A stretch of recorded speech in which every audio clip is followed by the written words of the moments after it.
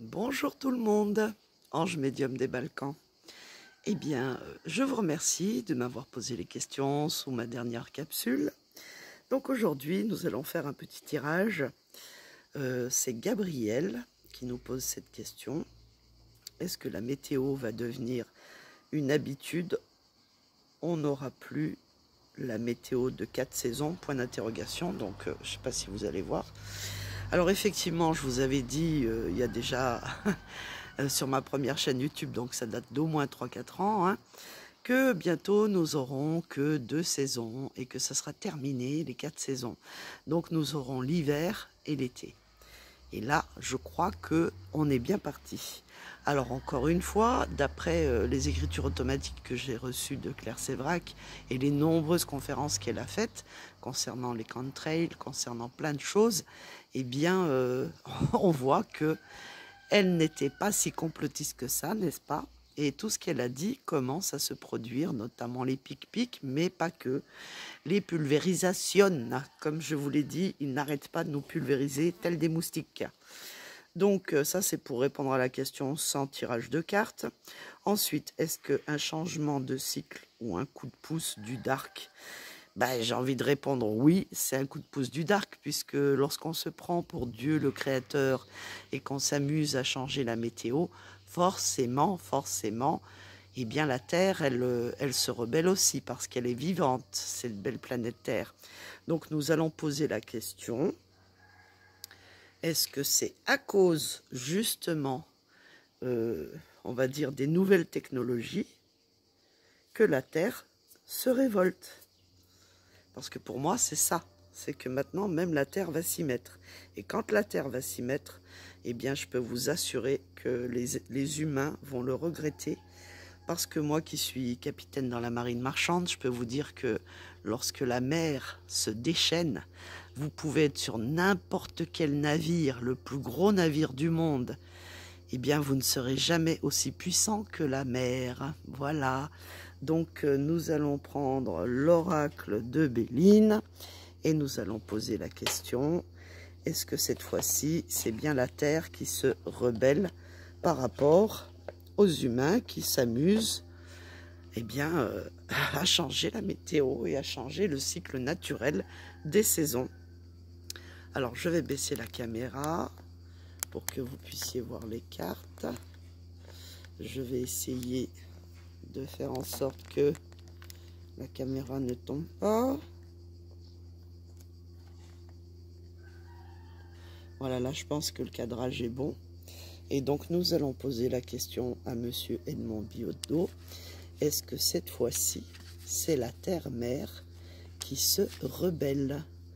Parce que je vois, je vous l'avais prédit déjà il y a plusieurs mois, concernant l'année 2024, je vous avais dit, on parlera de l'eau et du feu, et l'eau dans tous les sens du terme, que ce soit les inondations, que ce soit la pollution de l'eau, et même de l'eau en bouteille, et puis ensuite, pendant la saison chaude, ça sera le feu.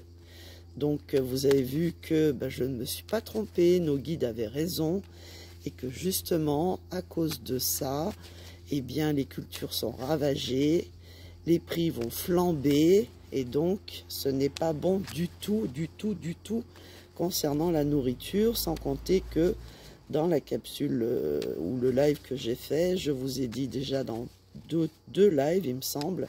Le premier, c'était pour vous donner les messages des défunts qui vous avertissaient concernant la nourriture, et c'était déjà il y a quelques mois, et ils sont revenus à la charge il y a quelques jours, et notamment hier, j'en ai aussi parlé, il me semble.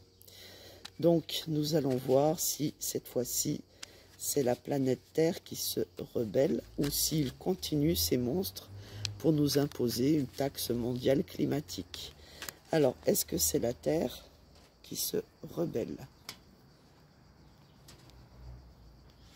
Est-ce que c'est la Terre qui se rebelle cette fois-ci?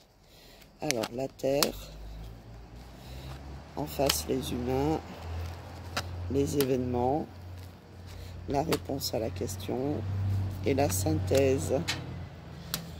Est-ce que c'est la Terre qui se rebelle cette fois-ci? Alors nous avons la Terre qui est représentée par sa puissance, toute sa puissance, hein, on va dire, hein, avec une carte jupitérienne qui a tout pouvoir. Donc là, on ne peut pas dire qu'elle n'a pas tout pouvoir, comme je vous le disais, rien que la mer, c'est elle qui commande et c'est pas l'homme. Voilà.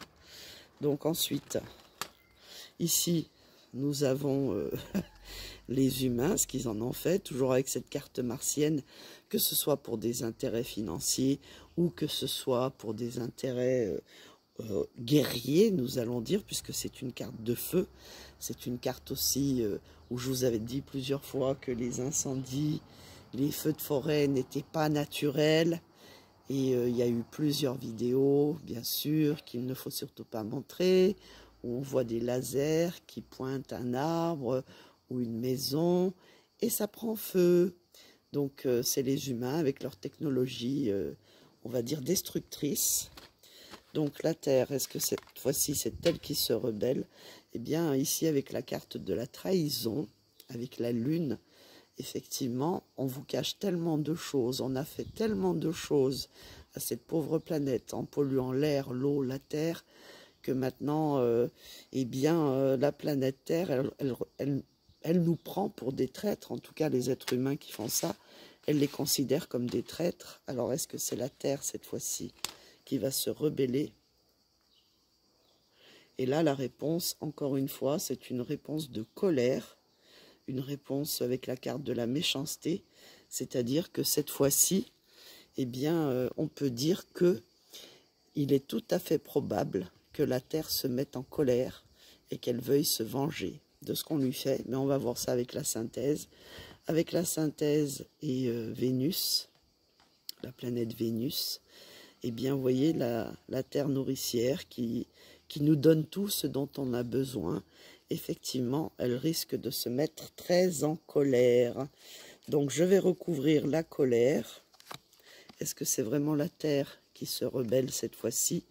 Eh bien, avec la destinée et la clé, je dirais que oui. Et ça ne fait que commencer. Donc, c'est bien la Terre cette fois-ci qui n'en peut plus et qui dit stop parce qu'elle veut retrouver, on va dire, son cycle naturel et faire le bonheur de tous, et non pas qu'il pleuve à outrance comme partout en France actuellement, et puis qu'il y ait des périodes de chaleur où les gens tombent comme des mouches, que ce soit en Arabie Saoudite à la Kaaba, ou que ce soit en Grèce, ou même ici au Monténégro, il commence à faire très très très très chaud, voire même trop chaud, à tel point qu'il n'y a plus du tout de ciel bleu. Nous sommes dans une espèce de brume, c'est vraiment de la brume, et cette brume-là, le ciel ne se dégage pas, voilà. C'est une brume qui persiste.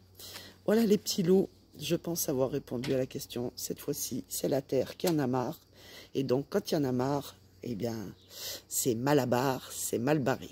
Bisous.